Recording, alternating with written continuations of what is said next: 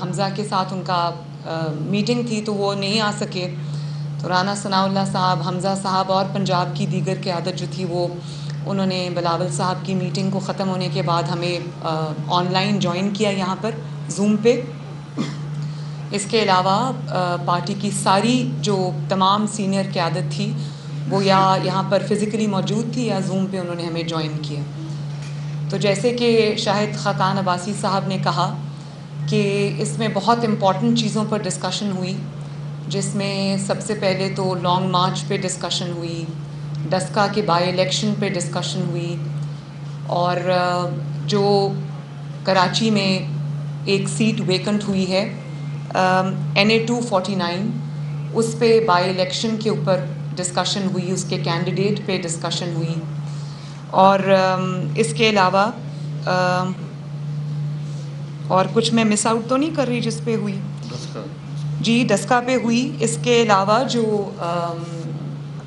کل پارٹی کے لیڈران کے ساتھ، شاہد خاقان عباسی صاحب کے ساتھ، احسن اقبال صاحب کے ساتھ، مریم اورنگزیب صاحبہ کے ساتھ، مفتاح اسماعیل صاحب کے ساتھ، مرتضیٰ جاوید عباسی صاحب کے ساتھ، خرم دستگیر صاحب کے ساتھ، اور مصدق ملک صاحب کے ساتھ جو کل طوفان بدتمیزی اٹھایا گیا میڈیا کے کیمراز کے سامنے، اس پہ بہت غصے کا بھی پارٹی کے اندر اظہار کیا گیا، اور اس پہ بھی بات ہوئی، اور پارٹی اس کو لائن ڈاؤن نہیں لے گی۔ غصے کا بھی پارٹی کے اندر اظہار کیا گیا، اور اس پہ بھی بات ہوئی، اور پارٹی اس کو لائن ڈاؤن نہیں لے گی۔ یہ میں کل بھی کہہ چکی ہوں، مسلم لیگ نون کو اب وہ اخلاق اور تہذیب کا جو سبق دیتے ہیں وہ اپنا بھاشن اپنے پاس رکھیں۔ کسی طرح بھی سینئر قیادت کی اس طرح سے تذلیل برداشت نہیں کی جائے گی کرائے کے چند گنڈوں کے ہاتھوں۔ مجھے پرسنلی میں نے اس کو لیا ہے، جس طرح آپ نے میرے بڑے بھائی، میرے لیڈر شاہد خاقان عباسی پہ اٹیک کیا، جس طرح آپ نے احسن اقبال صاحب پہ اٹیک کیا، جس طرح آپ نے پاکستان کی بیٹی مریم اورنگزیب پہ اٹیک کیا، جس طرح آپ نے سینیٹر مصدق ملک پہ اٹیک کیا، یہ آپ کو اس کا بہت بڑی قیمت چکانی پڑے گی، اور آپ 2 تھپڑ ماریں گے، ہم آپ کو 10 تھپڑ ماریں گے۔ مسلم لیگ نون کی قیادت کے ساتھ جو کل بدماشی کی گئی، خصوصاً مریم اورنگزیب صاحبہ کے ساتھ، وہ ہر مسلم لیگی پر، ہر مسلم لیگ نون کے شیر پہ قرض ہے، جس کو ادا کرنا مسلم لیگ نون اچھے سے جانتی ہے انشاءاللہ۔ اور آخر میں جو یہ بھی بہت ہماری جو اعتماد کا جعلی ووٹ لینے کے بعد جو صورتحال پولیٹیکل لینڈسکیپ ایک بنا ہے، پولیٹیکل صورتحال بنی ہے، اس پر بھی بہت تفصیل کے ساتھ بات چیت ہوئی۔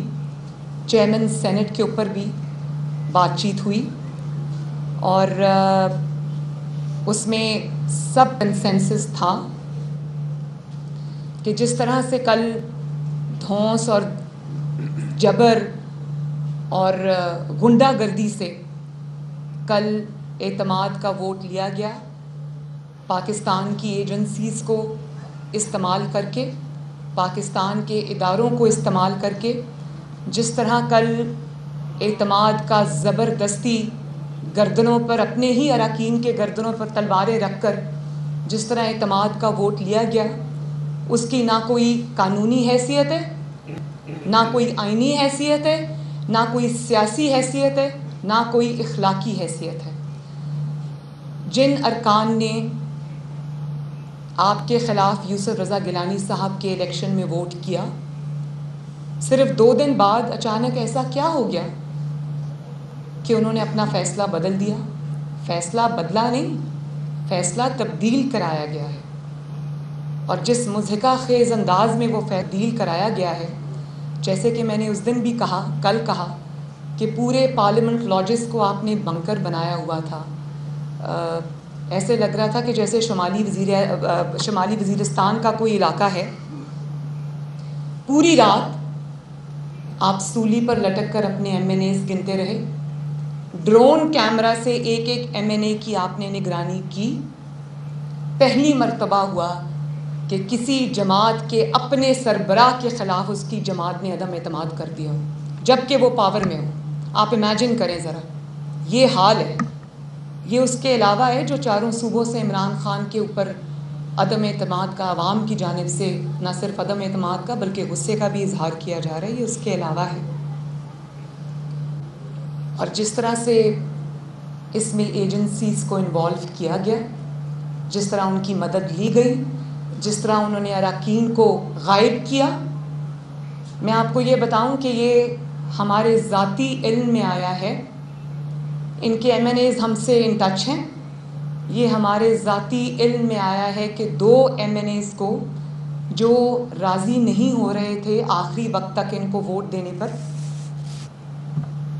ان کو گولڑا کے ایک ادارے کے کمپاؤنڈ میں لے جایا گیا.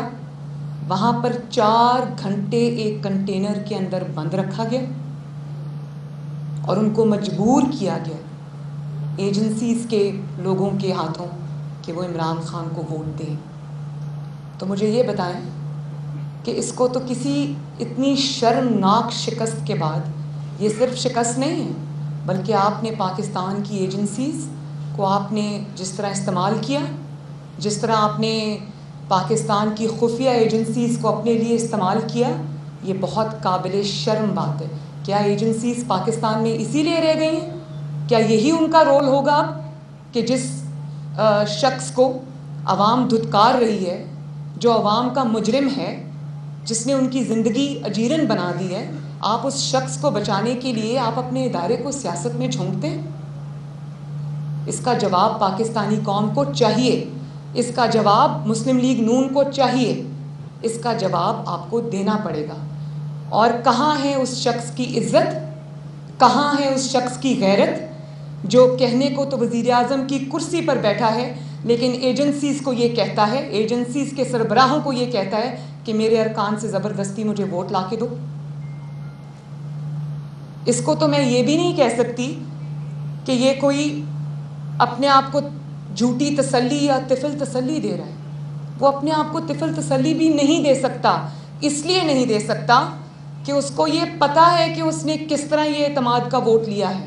اس کو یہ پتہ ہے کہ اگر وہ اپنے اون پہ ہوتا تو اس کو کوئی ووٹ نہ پڑتا. اس کو یہ پتہ ہے کہ اگر ایجنسیز اس کی ہیلپ نہ کرتی اور ایجنسیز کے کردار اس کے ہیلپ نہ کرتے تو وہ بری طرح ناکام ہوتا.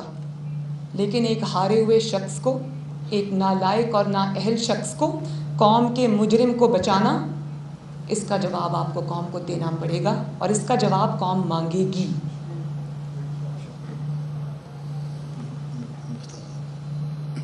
دوسرا جو الیکشن کا رزلٹ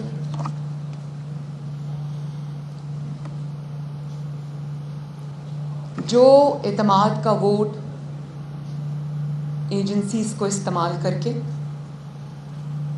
گردنوں پر تلواریں رکھ کے, اپنے ہی اراکین کو اغوا کر کے, اپنے ہی اراکین کو حبس بے جا میں رکھ کے, اپنے ہی اراکین کو جس طرح وہ کہتے ہیں کہ ان ایکسیسیبل کر کے زبردستی جو ووٹ لیا جائے, اس کا مطلب یہ ہے صاف الفاظ میں, اگر میں اس کو ایک سینٹنس میں سم اپ کر دوں, اس کا مطلب یہ ہے کہ Imran Khan, you know that your time is up. You know that it is over for you. دوسری بات یہ کہ جو NA 249 ہے, مسلم لیگ نون کے پارلیمنٹری پارٹی کے اراکین بھی موجود تھے اور سب کی رائے میں جب یہ سب نے اپنی اپنی رائے دی, اس میں سب کا کنسنسس مفتاح اسماعیل صاحب پہ تھا اور قائد پاکستان مسلم لیگ نون نے, محمد نواز شریف سے صاحب نے مفتاح اسماعیل صاحب کو NA 249 میں پاکستان مسلم لیگ نون کا کینڈیڈیٹ اناؤنس کیا. تو باقی جو فارمل اناؤنسمنٹ ہے صدر پارٹی کے, وہ ان کی ٹکٹ جاری کریں گے ابھی انشاءاللہ. تو یہ فیصلے آج ہوئے ہیں. کوئی سوال آپ کا؟